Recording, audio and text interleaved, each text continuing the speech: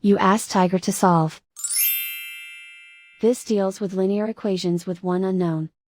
The final result is k equals -5. Let's solve it step by step. Isolate the k. Divide both sides by -2. Cancel out the negatives. Simplify the fraction. Move the negative sign from the denominator to the numerator. Find the greatest common factor of the numerator and denominator.